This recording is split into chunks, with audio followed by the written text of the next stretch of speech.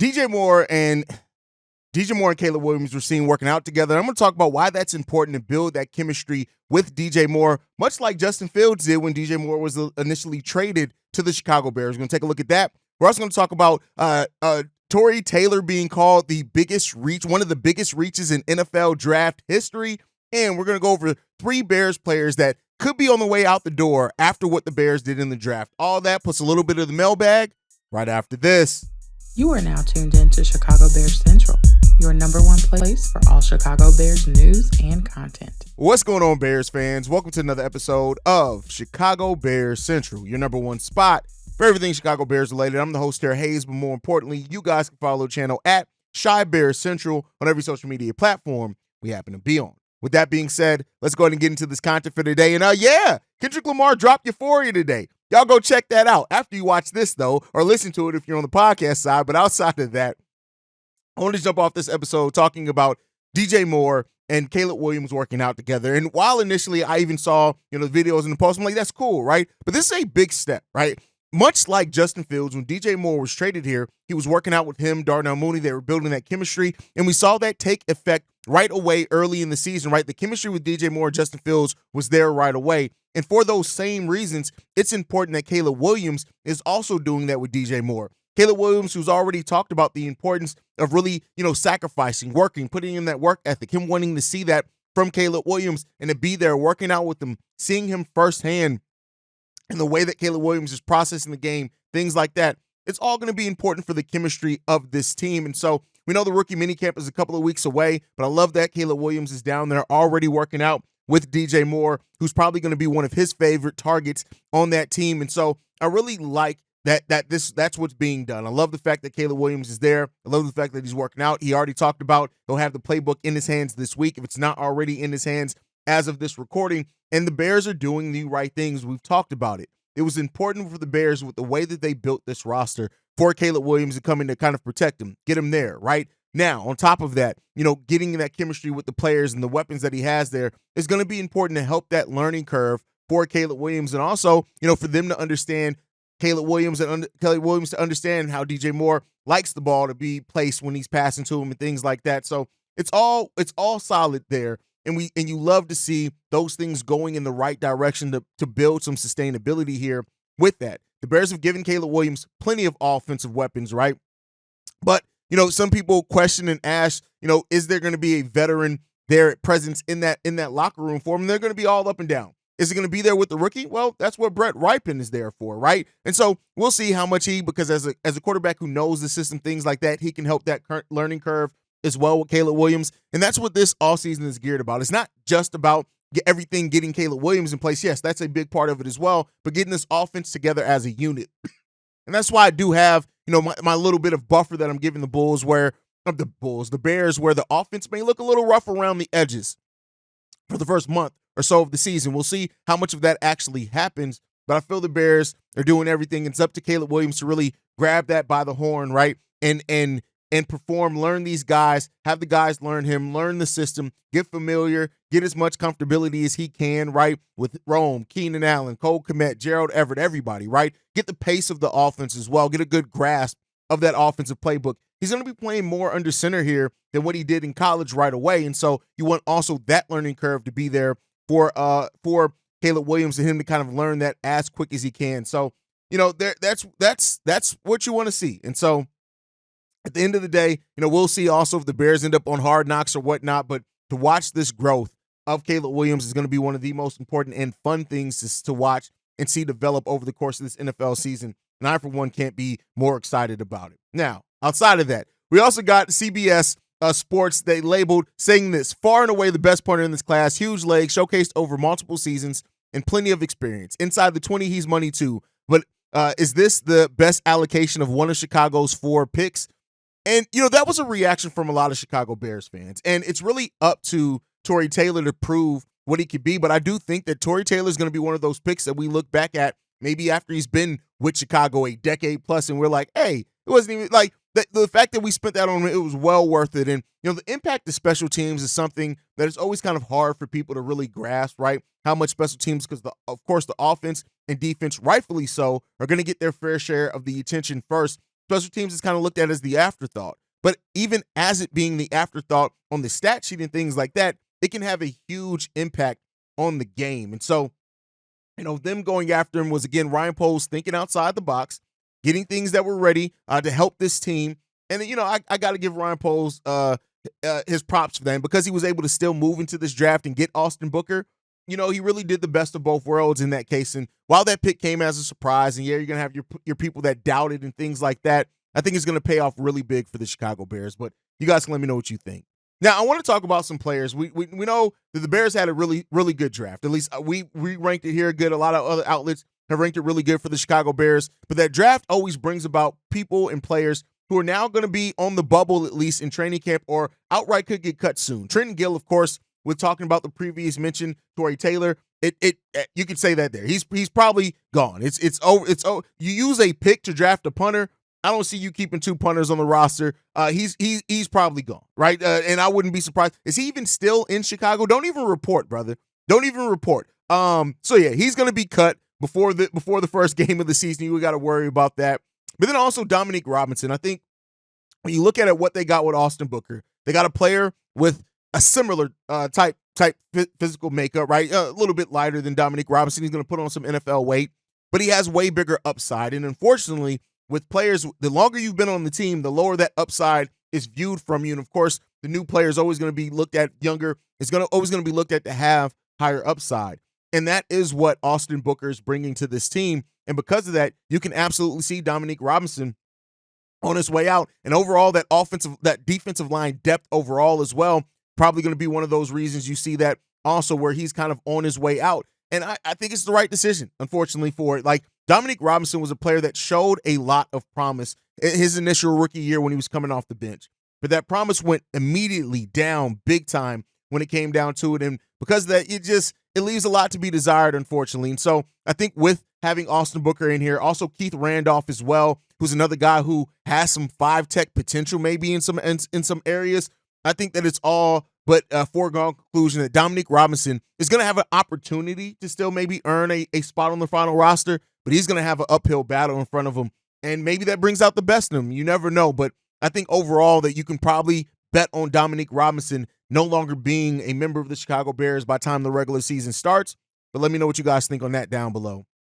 And then the next player is an interesting one, right? And that's Velus Jones. And the reason why I have him on here, we know on the receiver depth chart, he's going to be behind DJ Moore, Keenan Allen, Rome Odunze, Tyler Scott, even Dante Pettis may be above him in that area. Now, the initial thought that Bobby and us had is that, all right, with the change of the rules of the kickoff, maybe that's going to be where Velus really gets a chance and opportunity to shine at for the Chicago Bears with that new kickoff rule. But one of the undrafted signings that the Bears did make was Ian Willer, who is a return specialist there, as well as Dante Pettis also being a return specialist as well. I do think that and I know some people have said like, hey, Rome can return kicks. I don't think you're going to put Rome in a spot where he has to return kicks. You're going to protect that asset. So I think overall that Velus may find himself in a position where he has to come in to training camp. He has to fight hard. He has to prove that he's going to be able to make some much needed changes to his game. And while he does have that upside as being used as a gadget player, we talked about him being used in the running game as well. That eliminates the potential of him being Dropsy Jones and things like that.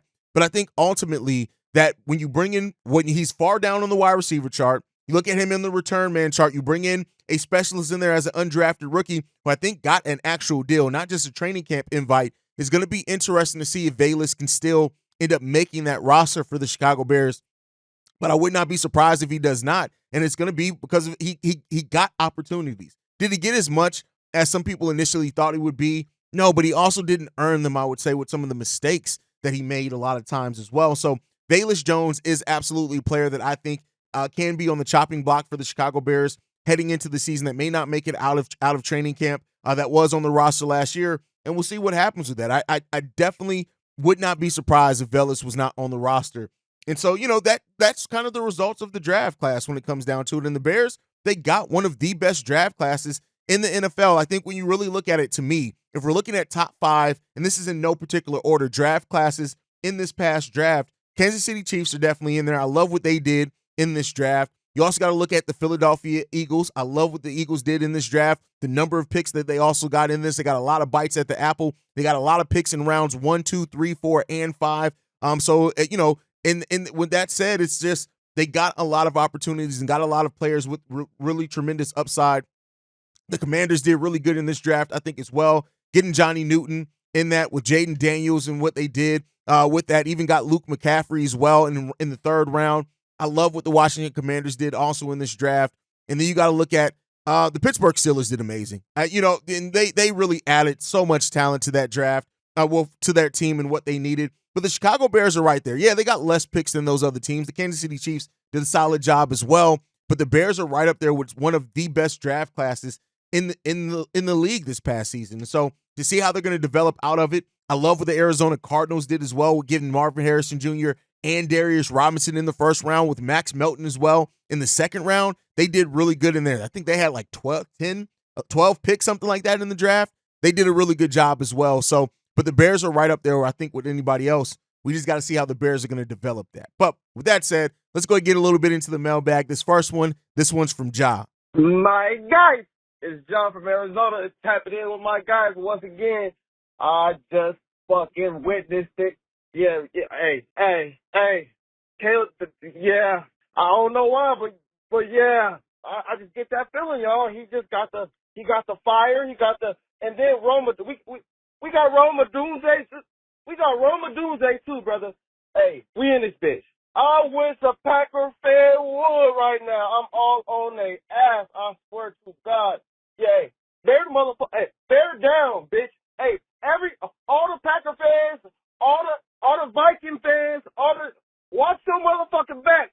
We on your ass. Chicago up there now, baby. Listen, I love your excitement. I share your excitement. And I do think that the Bears are going to have something to say in the NFC North this year. And there are a lot of people that are still doubting what the Bears are going to do. I've seen people say, oh, the Bears are going to be lucky to get 7 games, things like that. And it's like, hey, you guys know, if you guys been watching this show for a while, I'm petty. So I love it when people doubt my teams because that gives them an opportunity to show and prove. And those same people that are spreading the doubt, you're right. Have your doubts. We got so many new members of this team, so many question marks on this team. Have your doubts. But I need y'all to be as vocal as well when my Chicago Bears show and prove. That's what I need with that said. So, at the end of the day, yeah, the Bears are going to have their doubts around them, but I am really excited about what this team is. I'm excited about this roster that Ryan Poles has built. I'm excited about the future as well, the present and the future. For one of the few times that we've been able to say that in like the last decade, all look really good for the Bears. And so the expectation of them competing not only in the NFC North, but also for a playoff spot, it's there. It's legitimate. And we've gotten to that point with the way that they've built this roster up until now, and you got to love it. So, well, you don't have to love it because some Bears fans do still share some doubt, right?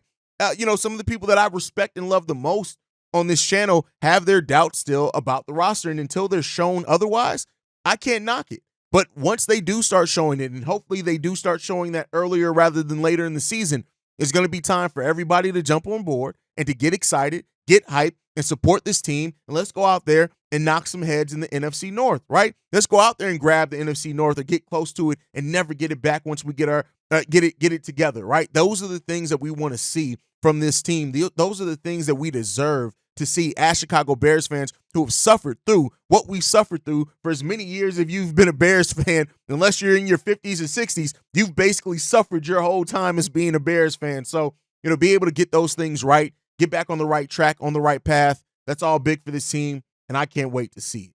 All right, let's get into this next voicemail. This one's from Jay Capone to Don. Yeah, what up, Haize? What up, everybody? C-Dub, Evo, Bobby, Bobito, whatever. Big Kev, big folks, what up, man? Hey, man, I just called in real quick because I've been thinking, man, the undrafted free agents that we signed already got basically two guaranteed roster spots that we could fill in defensive end, Jamry Chroma, my bad, and Keith Randolph Jr. Man, those are defensive linemen that we could use in rotation with Eric Washington and the system that we in. Man, I'm telling you, them are some sleepers, man. I'm telling you, they're fast, they big, they know how to penetrate, no diddy. But those are your key potential rotational pieces that we can use in the defense, man. And by the way, man, like I said, we got the holy trinity in receivers, man. We all seen Detroit, the shit Bay Green Bay waste management colored team in the Green Bay Packers and the Lions. We seen the kitty cats trying to, compensate for the lack of secondary that they got, and we just gonna dominate, man. All Caleb gotta do is dink and dunk and give what the defense give them, and it's pretty simple, man. Poe's been real strategic with it, but man, all I gotta say is, man, I'm excited.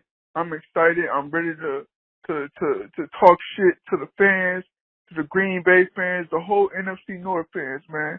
It's our time to take over and never give the North back, man. It's simple, man. All we gotta do is put it on wax, like my nigga Bobby say, and the sky's the limit, man. And do you realize that we didn't give up our Carolina pick in the second round, man? And that is gonna be at least number 32, if not 33, man. It's on and popping like popcorn, man. Chi-Town up, bear down, man. It's your boy Jacob Hone the Don. You feel me? AKA Mr. Wheelchair John Morant, and I'm out, man. Peace. Listen, and here's the thing. I get what you're saying, but I want to see more from Caleb Williams than just taking what the defense gives to him. Now, initially, early on, you said the dink and dunk and things like that. Absolutely. Whatever it takes, right, to kind of get him acclimated, get him used to it, get his confidence up. But listen, I want to see more than that in this rookie season. And that's why, the people that have and talk about the C.J. Stroud comparisons and wanting to see a rookie year like that, I understand why everybody says it and wants it. If he's able to bring it, if he's able to do it, more hats off to him. Hats off to us to have a quarterback that can do that in their rookie year. You know how many records, how many single season records that would be broken if he just has one C.J. Stroud-like season? We're talking about him being the number one in as far as most yards by a Bears quarterback in a single season. If he's able to do that, that's how much struggle that we've had as Chicago Bears fans. So, I'm never going to put that expectations on somebody because, I'm just more realistic than that, right? But you look at C.J. Stroud's season last year, 4,108 yards passing. That would be a Bears record in the history of our franchise. 23 touchdowns that he threw last season would also be right up there, right? So we got to get that together, and I hope that we can. I really and truly hope that we can get that together and we can have that type of season for the Chicago Bears. And if Caleb Williams does, hey, those expectations are going to go from here, already high, through the damn roof, man, to have a first season like that. And if he's able to do it, he's able to do it.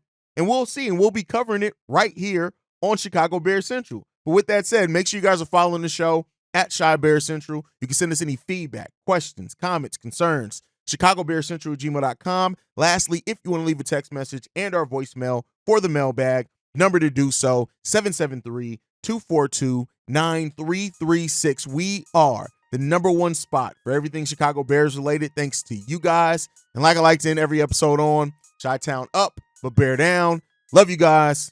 Peace, y'all. This has been a presentation of the Break Media.